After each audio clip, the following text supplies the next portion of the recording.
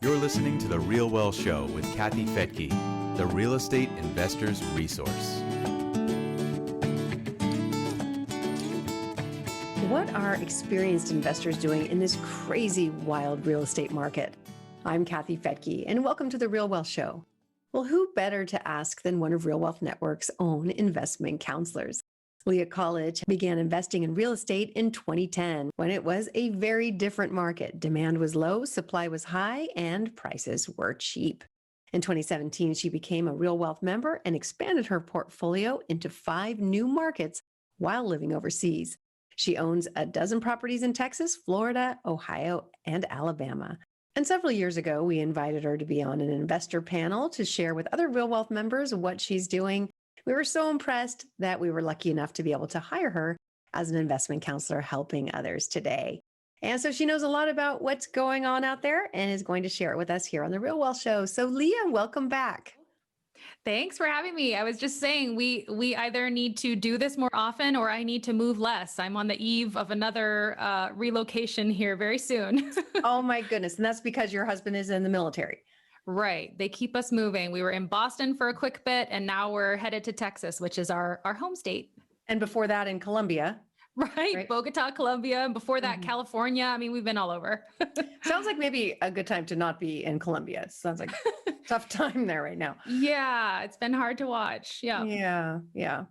So, well, I thank you for taking this time when you're trying to move. I know, well, you're probably a real pro at it now. But how cool that, let's just talk about that process. You are a real estate investor, you are investment counselor at RealWealth, and you just tried to buy a house in San Antonio for a primary residence since you're now going to be there. Right. He's being positioned, what do you call it? Transitioned. Yeah. There's a word for it. Assigned, yes. He's being assigned to San Antonio for about 3 years. What was the process like to try to buy your primary residence in San Antonio today?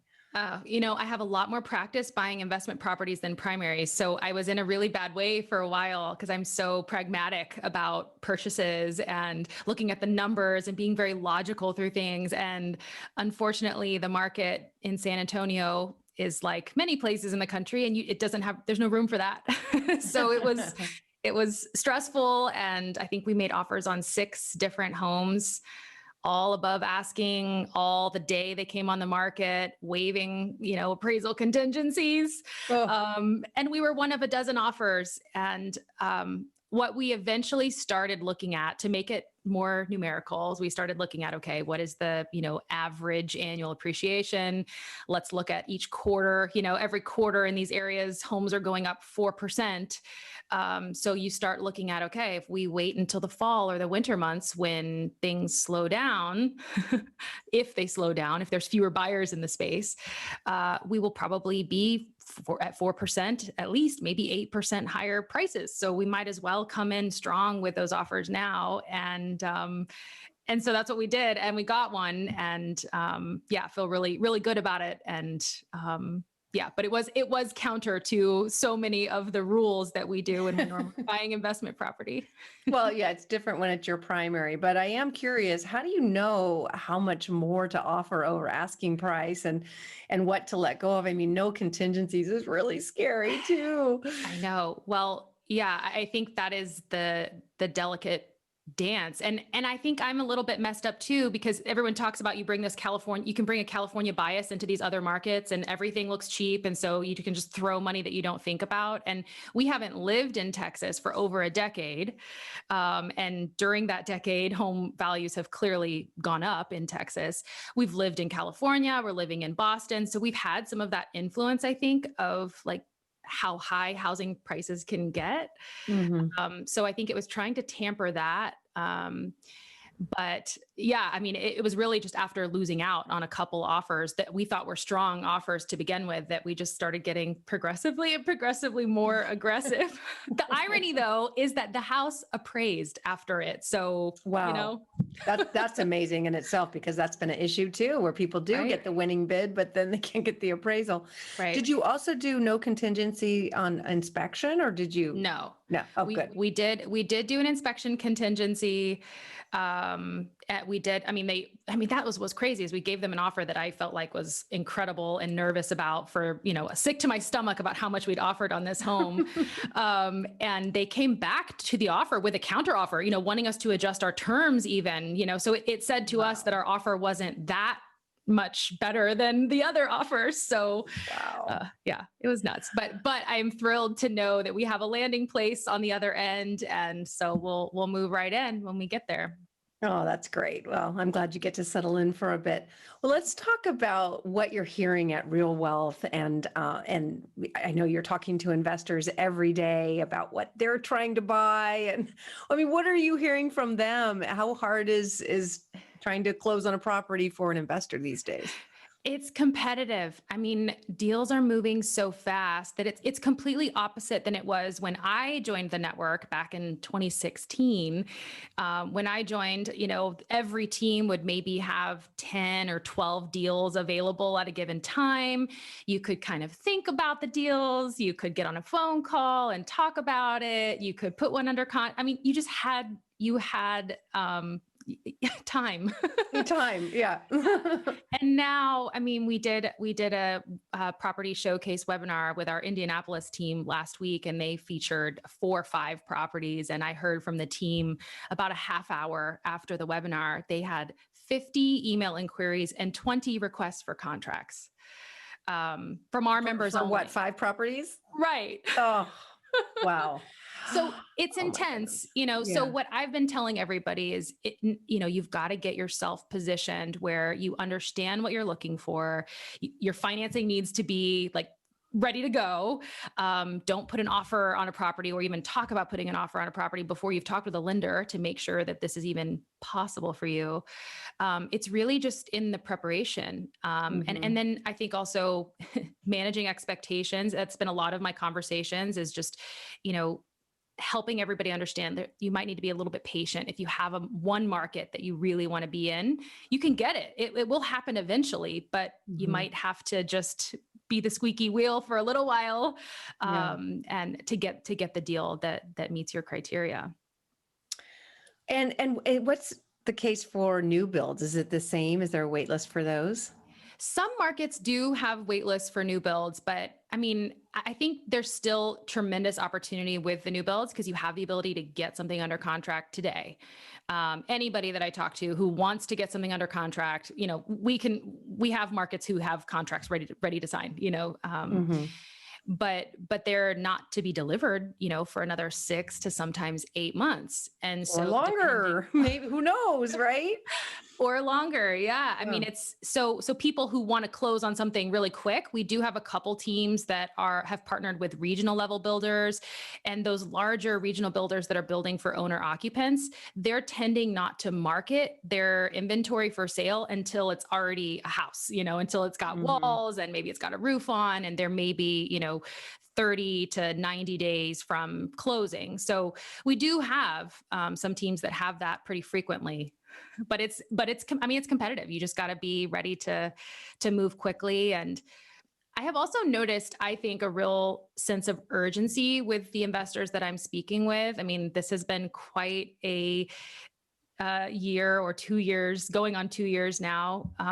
And I think, real estate is in every headline news article out there, what's happening. And so I think there's a lot of people wanting to now get into the space. And so, but there's this sense of urgency, like I need to get into this now, before the market changes or, so yeah, it's an exciting place to be. That's for sure.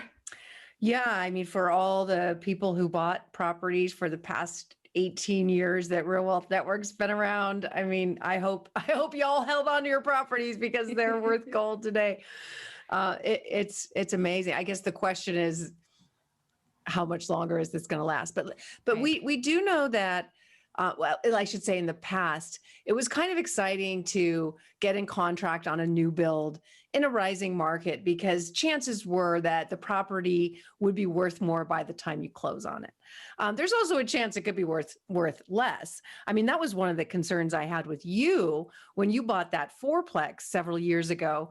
I thought, well, that's kind of expensive for Florida. I wonder if you're paying too much, and what if it doesn't appraise, and or cash flow. Well, that turned out to really work in your favor, right? I think you just closed on that in March. Yeah, we contracted that property in August of 2018. So it was a long time ago. And then we just closed this past March. And you're right. And I mean, it scares me that made you nervous back then. Maybe you should have warned me, or maybe not, by how it ended. Well, it was just an uncertain time. It was 2018, the end of 2018. The real estate was slowing down a little bit because rates were going up. Right. And I didn't typically in the past, the Federal Reserve raises rates when they want to slow down a booming economy. And typically they've done that too fast.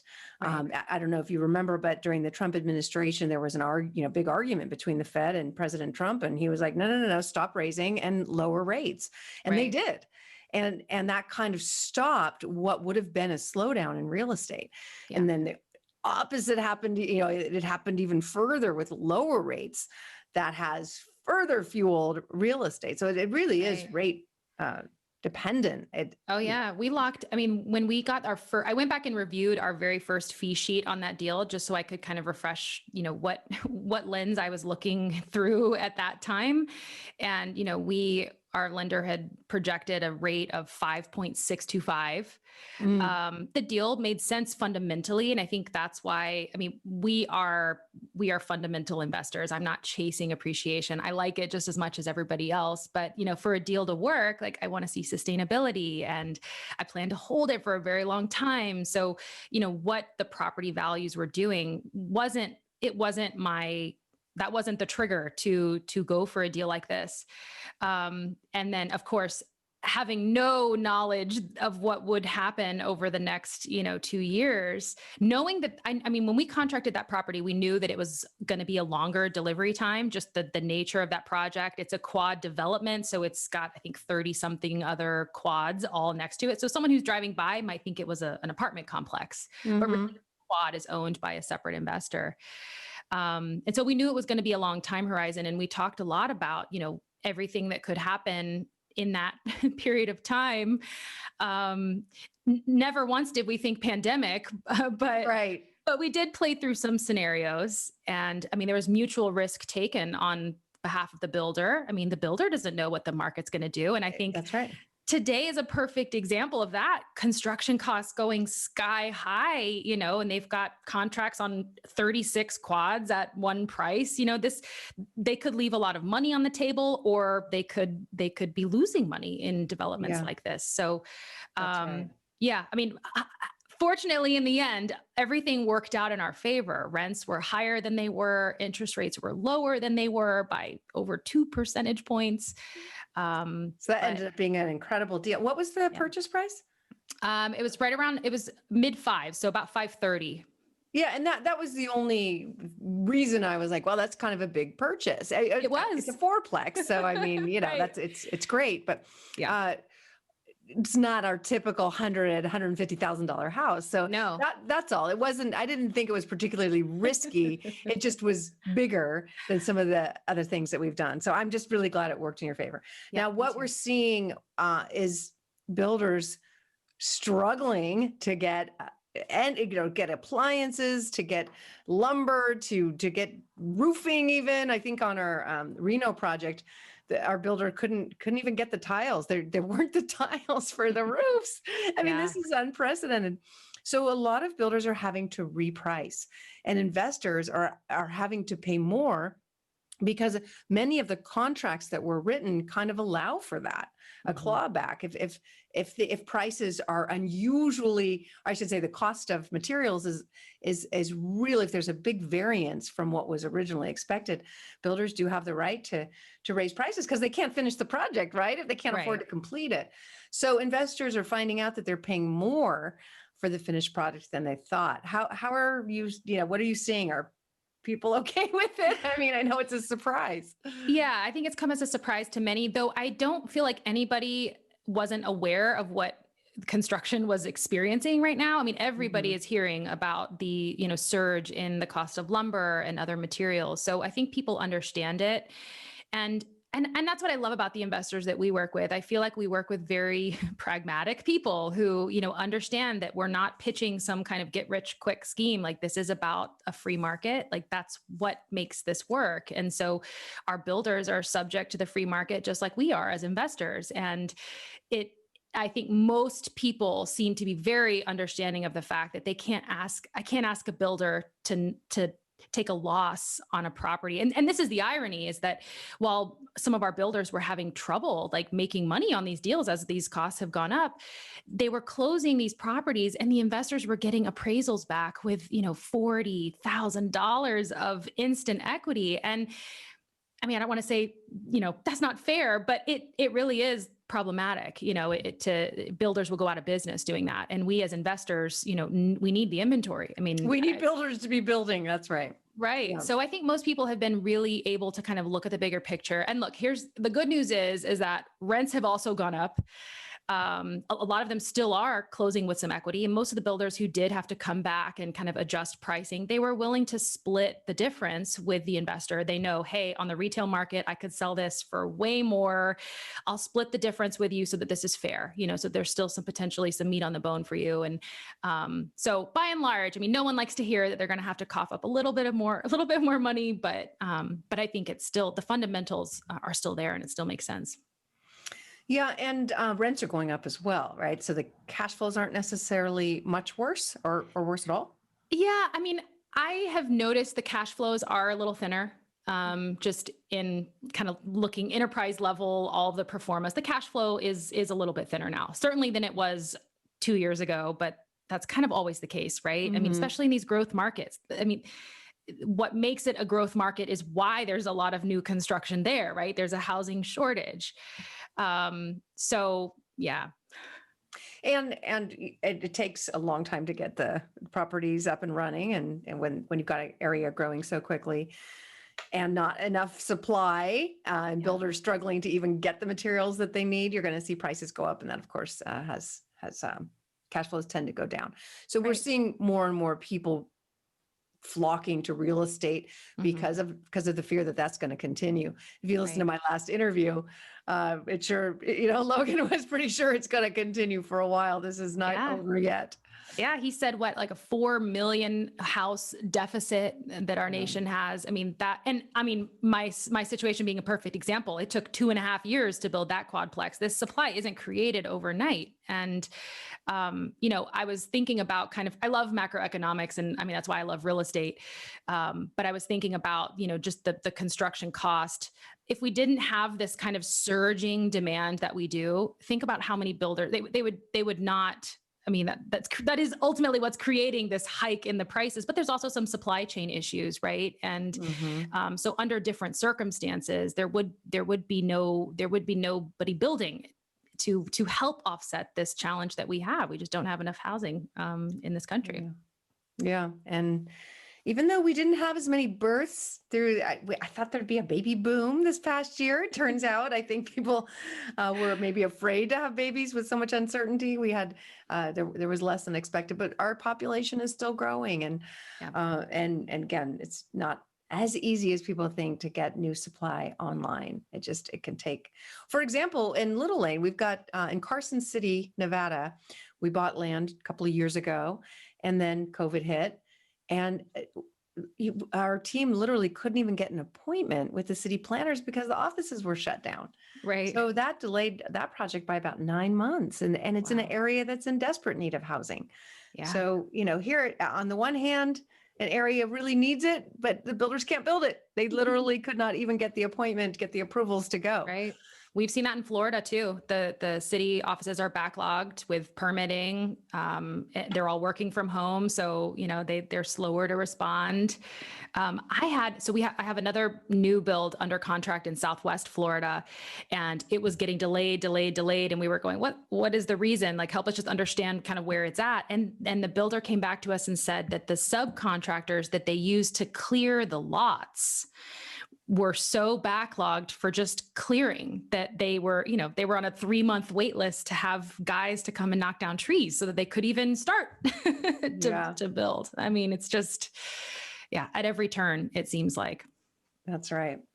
All right. Well, what kind of advice are you giving to investors? And what are you seeing? Are you seeing mostly first-time real estate investors that call, or is it repeat buyers? No, I'm glad you mentioned that, because I was just thinking about that in my last response. I have noticed a lot of 1031 buyers because it's such a great time to sell property.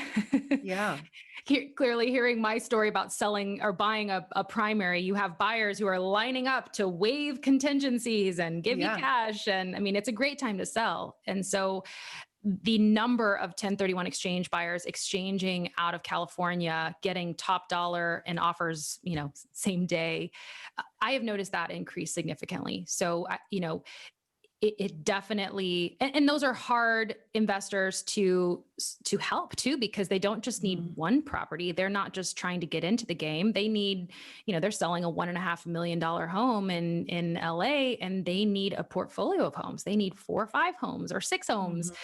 And so that is definitely, I mean, it's exciting. And I shared a success story with some of our colleagues last week that we had a 1031 exchange buyer, this exact scenario. She sold a $1.4 million home in Southern California. And through our network and through our provider, she bought 8 homes in Florida, and even new construction in Charlotte, rehabs in Florida. And she took her cash flow. So that $1.4 million home in LA cash flowed for her about $800 a month. She had some small loans on it. And now this portfolio of 8 homes cash flows $6,400 a month for her. Wow. Yeah. So, she really got to experience the power of, one, a great seller's market in California, but then this repositioning in these more stable markets, still high growth, arguably, but where there's fundamentals and where there's really great cash flow. That's incredible. I'm so proud of you and our teams for being able to complete that exchange, because it's not that easy to find the replacement property. I'd be kind of scared to sell something today and hope I could find something in 45 days. But you're seeing that our teams are able to get it done still? Yeah, no, they are. I think her success is due in part, a lot of her grit. She was just very persistent in her approach, but we also started having this conversation about her exchange, well in advance of her putting the property in California on the market. And it was a scary time to be prolonging a sale. We were in an election year. Like, there was a lot of uncertainty at the end of 2020 and kind of preparing for this. And so she was wondering, am I making a mistake by waiting to list this property until I kind of have this, 1031 plan, at least lightly ironed out. But I think that is what is contributing to a lot of people's success, is just knowing that the market is raging to sell. Let's work over here on the after scenario on the replacement properties and try to get that plan and at least those relationships with the teams really well established so that, it's feasible. And it is. We've seen lots of people be able to successfully do it. Yeah, we've got, I don't know if it would appeal to a lot of people, but we do have lots in our Park City project that I think we've got 5 of them that can be sold to 1031 buyers, but they don't cash flow. But I think they're going to see some pretty incredible appreciation, because you could barely get anything permitted in Park City. So if you come across anybody who just needs an exchange, needs to get something soon, we do have lots available. And I believe what people can do is they can 1031 into the lot, finish the exchange, and then get a construction loan on that lot and build and create a rental, which is another thing that we didn't really see coming, But a lot of people who own homes in vacation areas, they maybe have a second home or investment property in a vacation area. They moved there during 2020 because all of a sudden they could Right. leave the big cities and go live in Park City. And they found out that it wasn't just a great place to ski. There's also beautiful summers and beautiful springs, and there's fishing and there's biking and hiking and stuff in the summer. So many of those rentals are now owner occupied in these vacation areas. So the demand for rentals is enormous. So it is an opportunity for somebody who doesn't necessarily need the cash flow right now. They've got an exchange and they need to buy something right now. We do Right. have those lots available. Yeah, every time you mention that Park Cities project, Kathy, my phone rings with people interested to know about it. So I do appreciate that. And that has been another, I think, key to being really successful. And honestly, a great plug for the network and just being connected to where these opportunities, where the flow of these opportunities is kind of passing through. We've had several situations where, we learn about a particular opportunity that could work, last minute. I mean, 2 weeks ago, I had in an internal meeting, I learned about a duplex, a brand new construction duplex that was going to work with an exchange timeline. I immediately went, I know the perfect buyer, and got on the phone, called him, and he contracted it same day. And so Wow. it's, being connected to kind of where these opportunities pass through is I think extremely, it's the way that it works now. Oh, that's great, Leah, that you're able to connect the dots there. It's fun. Awesome. Yeah, I had said to Nick, I don't know if he told you this, but I said we need to, for people who are in that situation, we need to get a text system going. So it's like, if you're in the middle of an exchange and we know there's some property available, we can text you right away because again, it sells so fast, things sell so quickly. All right. Well, is there any last advice that you would give to our listeners? Yeah, I mean, I think with my biggest advice for people is always like, you can analyze this thing to death, the idea of real estate and what market and what property you can analyze it to death. And many people do. I myself am guilty of it. But I think the sense of urgency, like you should not hastily buy things, but really realize like what these fundamentals are and why they work. And then look at, the demographic shift, look at what's happening in the market and see that there's opportunity, and the opportunity is now. And I think the tendency for a lot of people is to kind of wonder, are we about to come up to a cliff and it's going to drop off and property values are just going to plummet and everything about the timing is wrong. But as you know, and as so many of your guests have said on the show, that's not what we think is happening. It's a good time to be doing this. And so I think the action part of your process, the emphasis should definitely be there. Oh, that's great. Love that. And so how close are you to your goals, and what are your goals? What's your end game? Oh, you and Rich would be mad at me for saying this, but I feel like our goalposts are moving a little bit just because we enjoy this. That's the way it goes. They're always moving.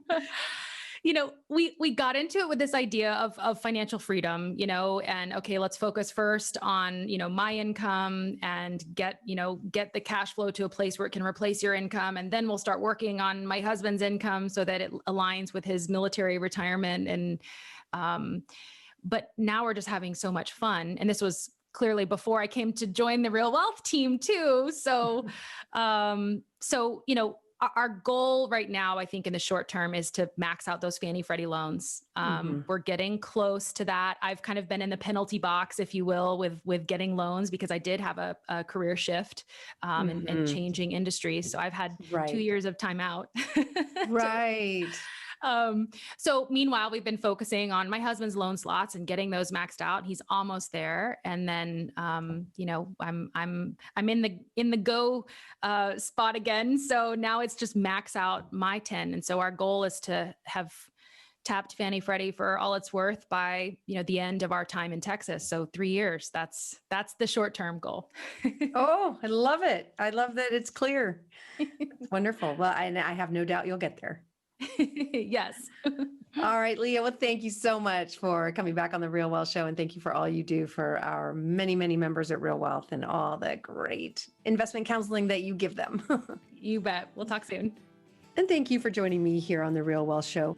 If you'd like to find out about the markets today, where you can still get cash flow, where you can still find properties, and where there's a great potential for appreciation, just go to realwealthshow.com and click on the Invest tab. And you'll see a whole drop down of, I think, 15 different cities and all the data on those cities, along with teams in those areas that can help you find that property. Again, that's realwealthshow.com.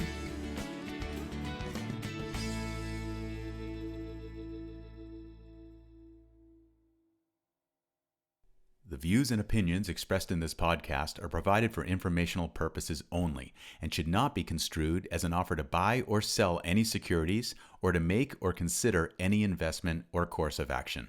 For more information, go to realwealthshow.com.